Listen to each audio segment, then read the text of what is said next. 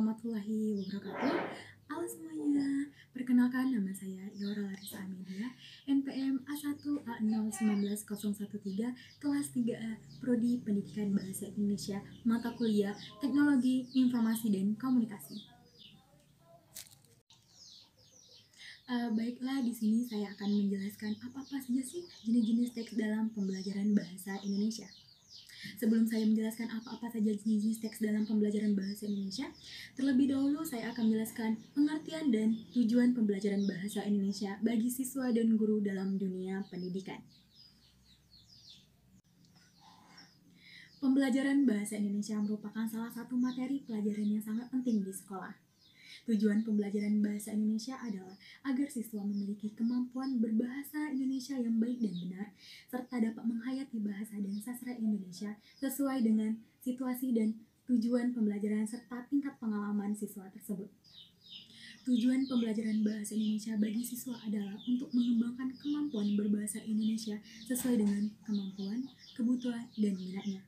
Sedangkan bagi guru adalah untuk mengembangkan potensi bahasa Indonesia siswa, serta lebih mandiri dalam menentukan bahan ajar berbahasa sesuai dengan kondisi lingkungan sekolah dan kemampuan siswa. Aspek kemampuan bahasa Indonesia meliputi keterampilan mendengarkan, berbicara, membaca, dan menulis sesuai dengan standar kompetensi pembelajaran bahasa Indonesia. Selanjutnya saya akan menjelaskan tentang apa-apa saja sih jenis-jenis teks dalam bahasa Indonesia.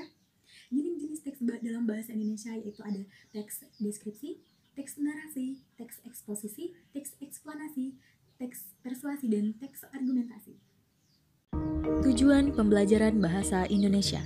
Dengan pembelajaran bahasa Indonesia, agar siswa diharapkan memiliki kemampuan sebagai berikut. 1. Siswa diharapkan mampu menggunakan bahasa Indonesia secara baik dan benar, serta dapat berkomunikasi secara efektif dan efisien, baik secara lisan maupun tulis sesuai dengan etika yang berlaku. 2. Siswa bangga dan menghargai bahasa Indonesia sebagai bahasa negara dan bahasa pemersatu bangsa Indonesia. 3. Siswa mampu memahami bahasa Indonesia serta dapat menggunakannya dengan tepat dan kreatif untuk sebagai tujuan. 4. Siswa mampu menggunakan bahasa Indonesia untuk meningkatkan kemampuan serta kematangan emosional dan sosial. 5. Siswa dapat membaca dan memanfaatkan karya sastra untuk memperluas wawasan, memperhalus budi pekerti, serta meningkatkan pengetahuan dan kemampuan berbahasa. Dan yang terakhir, ke-6, siswa diharapkan dapat menghayati bahasa dan sastra Indonesia, serta menghargai dan bangga terhadap sastra Indonesia sebagai khazanah budaya dan intelektual Indonesia. A. Teks narasi.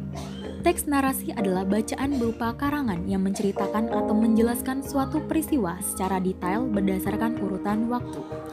Teks narasi juga disebut dengan cerita atau karangan yang dibuat dalam teks yang berupa kejadian yang benar-benar terjadi atau non-fiksi, atau bisa juga hanya berupa imajinasi atau fiksi, dan biasanya teks narasi dibuat untuk menghibur pembacanya melalui cerita.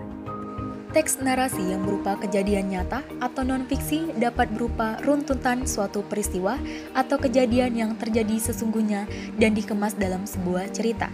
Sedangkan cerita yang berupa imajinasi atau fiksi adalah karya tulis berupa cerita yang merupakan hasil imajinasi pengarang.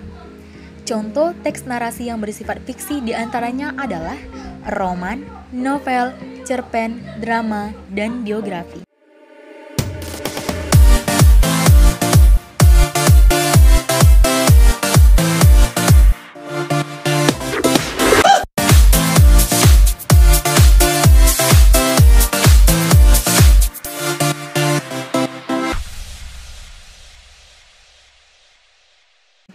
B. Teks deskripsi. Teks deskripsi adalah teks atau bacaan yang disusun dengan cara menggambarkan benda, objek, tempat, atau peristiwa secara jelas. Topik atau tema yang digambarkan melalui teks deskripsi dilakukan dengan memanfaatkan panca indera yang dimiliki oleh penulis. Misalnya kalimat, buah tomat yang baru saja dibeli ibu berwarna merah dan kulit buahnya halus. Kalimat tersebut memberikan bayangan kepada pembacanya bahwa buah tomat memiliki warna merah. Contoh teks deskripsi. Rumahku. Identifikasi. Sebuah bangunan dengan arsitek modern berdiri dengan tegak di ujung jalan. Bangunan itu adalah rumahku. Ukuran rumahku tidak besar dan tidak kecil, lumayan untuk keluarga kecilku. Deskripsi. Dinding rumahku berwarna hijau, halamannya luas dan ditumbuhi rumput-rumput hijau. Di depan halaman ada pohon mangga yang sedang berbuah tetapi belum masak. Jumlah ruanganku ada 4 ruangan. Penutup. Rumahku memang tidak mewah, namun cukup untuk menampung seluruh anggota keluargaku. Saya sangat bersyukur memiliki rumah ini.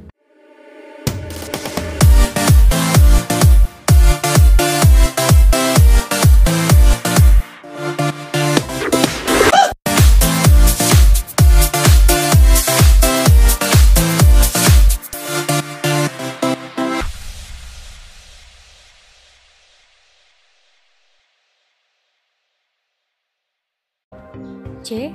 Teks eksposisi. Teks eksposisi adalah teks atau bacaan yang menyajikan tulisan melalui pendapat dan fakta yang disertai dengan alasan-alasan logis. Teks eksposisi disusun dari 2 unsur utama.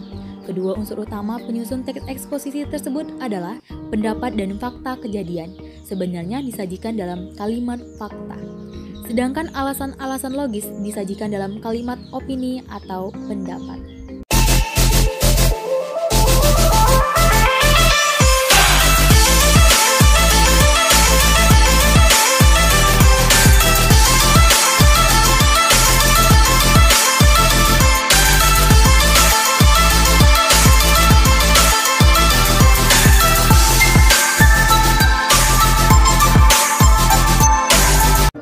D.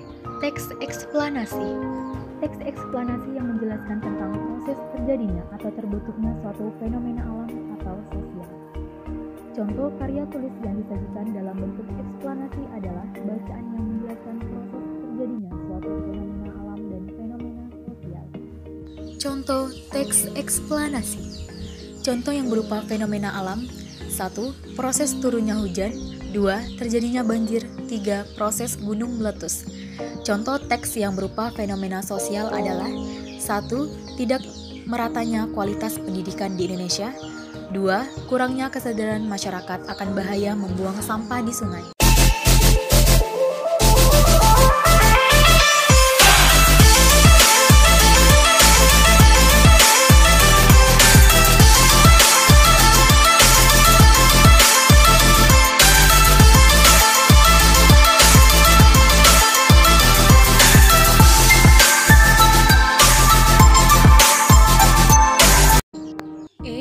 Teks persuasi. Teks persuasi adalah karya tulis berupa ajakan atau bujukan kepada pembaca agar melakukan atau mengikuti isi dalam bacaan. Penulis membuat teks persuasi untuk meyakinkan pembaca agar terpengaruh bacaan sehingga memiliki pemikiran yang sama. Harapannya, pembaca mengikuti dan melakukan apa yang telah dituliskan dalam teks ini.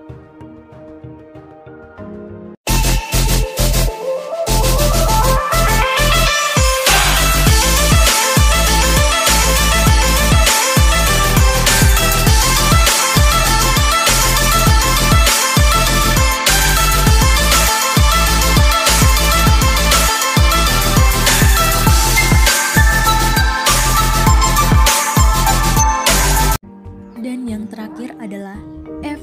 Teks argumentasi. Teks argumentasi adalah sebuah paragraf yang gagasan utamanya dikembangkan dengan cara menjabarkan pendapat, ulasan, bahasan, atau ide pribadi penulisan.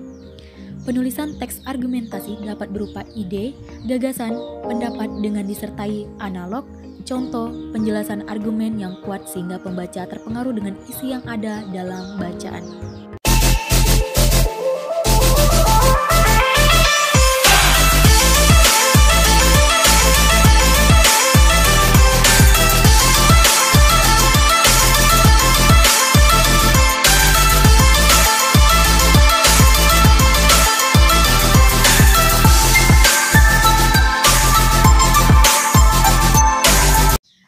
Baiklah, itu saja materi yang dapat saya sampaikan tentang jenis-jenis teks dalam pembelajaran bahasa Indonesia. Jika ada salah kata, saya mohon maaf, dan kepada Allah saya mohon ampun. Wabillahi taufiq wal hidayah. Wassalamualaikum warahmatullahi wabarakatuh. Sampai jumpa.